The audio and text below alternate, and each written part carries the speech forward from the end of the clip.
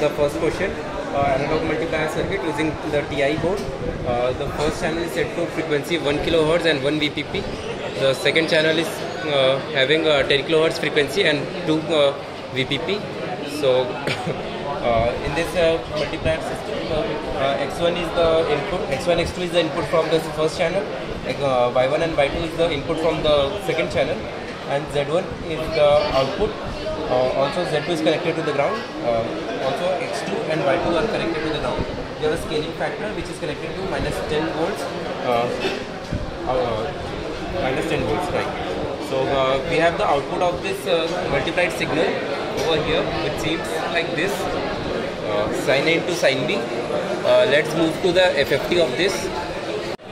So here is the FFT view of the multiplication of two sinusoidal waves. We can see the first peak is at 9 kHz and the second is at 11 kHz. So we can confirm that using the formula that sin A into sin B is half of cos A minus B and cos A plus B. So A minus B is around 9 and A plus B is 11.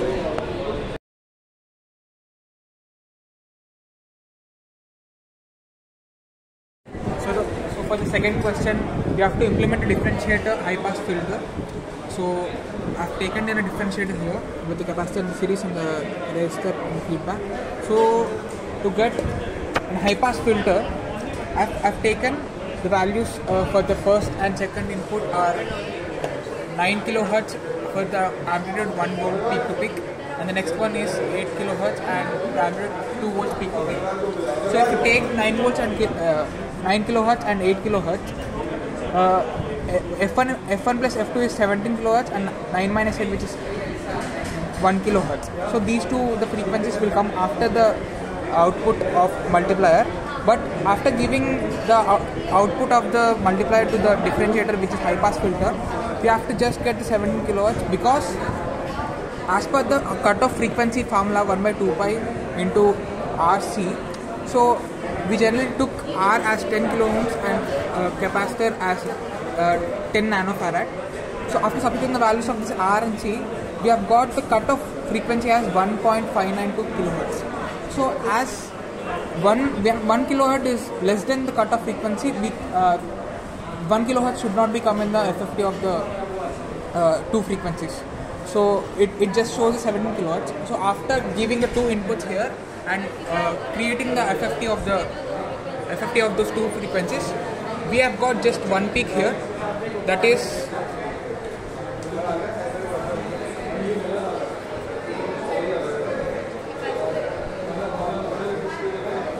exactly 17 kHz, and there is no 1 kHz because we have high pass filtered the output of the multiplier.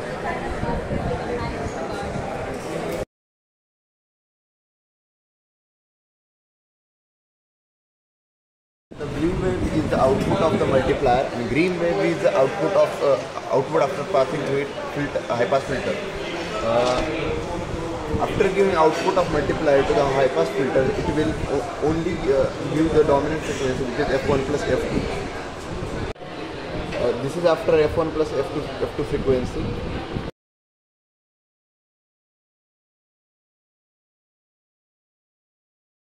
So this is the FFT of the output of the multiplier.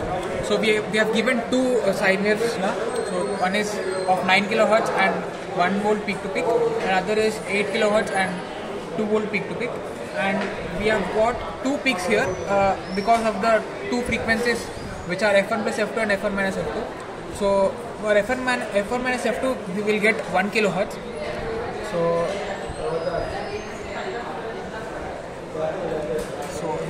exactly 1 kHz, and for F1 plus F2 we'll get 17 kHz, which is 17 kHz. So this is the output FFT for the high pass filter, which is the differentiator circuit.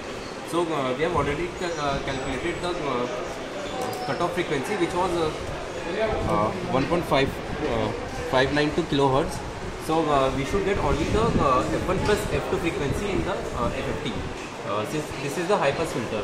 So if we check See, we don't get f1 minus f2 anywhere in the peak, but if I put it over here, this peak, yeah,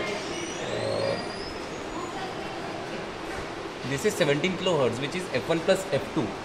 This shows that this is a high pass filter, and we can now see that the output of the multiplier and the output of the high pass filter both has different things.